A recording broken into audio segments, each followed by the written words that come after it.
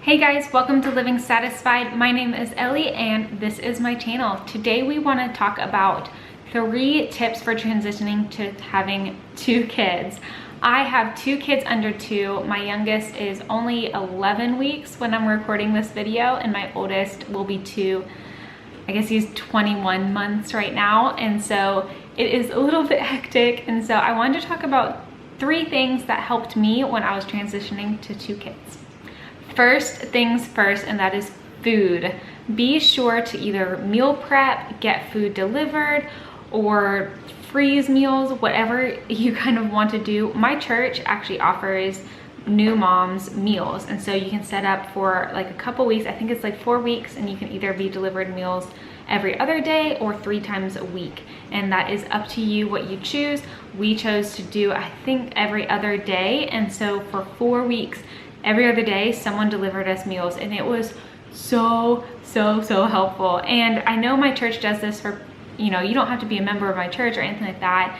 You could be going there for like a month and still sign up and still get delivered meals from people who want to participate. So if you don't have something like that, I would highly recommend meal prepping. So one of the things I like to do is I will cook a whole bunch of veggies like broccoli, cauliflower, green beans, asparagus, all those kind of things once in the week. Usually it's on a Monday, and that way I have meals just prepped and ready to go for the rest of the week.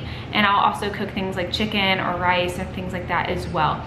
And so that during the week, it's really easy to kind of just grab food out of the fridge and kind of do leftovers versus cooking a meal every single night. Alternatively, you can also freeze meals. There's so many different YouTube videos and blog posts about doing like crock pot meals or just freezer meals in general that you can like prep within like 2 hours and have, you know, X number of meals for the rest of the time. I highly recommend doing that because there's gonna be days when you just don't wanna cook, but it's so important to eat healthy and have your kids eat healthy and everything post-delivery, and so that is my first tip. My second tip is to declutter, and I think most moms kind of go through like a nesting phase anyways, where they'll like organize and clean and declutter naturally, but I found that it was so helpful to like really declutter a lot of the stuff, especially my son's toys. One of the things that we started doing was to rotate his toys out. I decluttered everything, and then I put everything in a bin downstairs. We have a little tiny bin upstairs, and that way I only take out a certain amount of toys, and it will allow me to have less than 5-minute cleanup every time.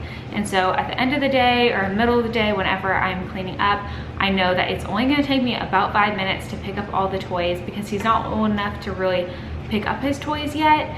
And so that has been really helpful. It's just decluttering, keeping things clean and clear. That way you don't have to feel like you constantly have to clean or like the house is a mess. My third tip is to set up activities, play dates, a Mother's Day out program, something like that for your kid, especially the one that is older. If you have multiple kids, whatever you might have.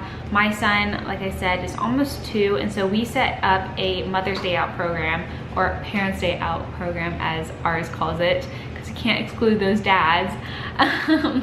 But he goes twice a week. Ours, you could sign up for once a week or twice a week. He goes Monday and Friday, and it really allows me to like take a deep breath. I send him off at 9:30 and I pick him up at 2:30, and so that gives me 4 hours during the day that I can not only just sleep and rest, but also that I can just enjoy having my newborn, having my little one, and just enjoy her snuggles as much as possible. And I can also just kind of get things done. I can go to the grocery store or, you know, whatever it might be. And so I would highly recommend some sort of MDO program. If you can't afford that, do play dates. We live on play dates. If you know me personally and want to do a play date, call me up, because we do them all the time. They really keep my sanity sane. Being stuck at home is really easy to do, and you can get really lonely, and especially with postpartum depression and baby blues, it's really important to stay active in the community. And I found that having play dates with other moms that have kids similar age has been really helpful. Even if I'm super tired and not really wanting to do anything, it at least gets us out of the house. Top 3 tips that I have for transitioning 2 children, I found that these were the 3 that really impacted me post-delivery and really have, I don't know, just helped the transition of having 2 under 2. It's a lot. Having 2 kids is a lot, and especially when my son is not even 2 yet, which I'm very thankful for. I'm thankful that my kids are close in age, but it definitely comes with its own challenges.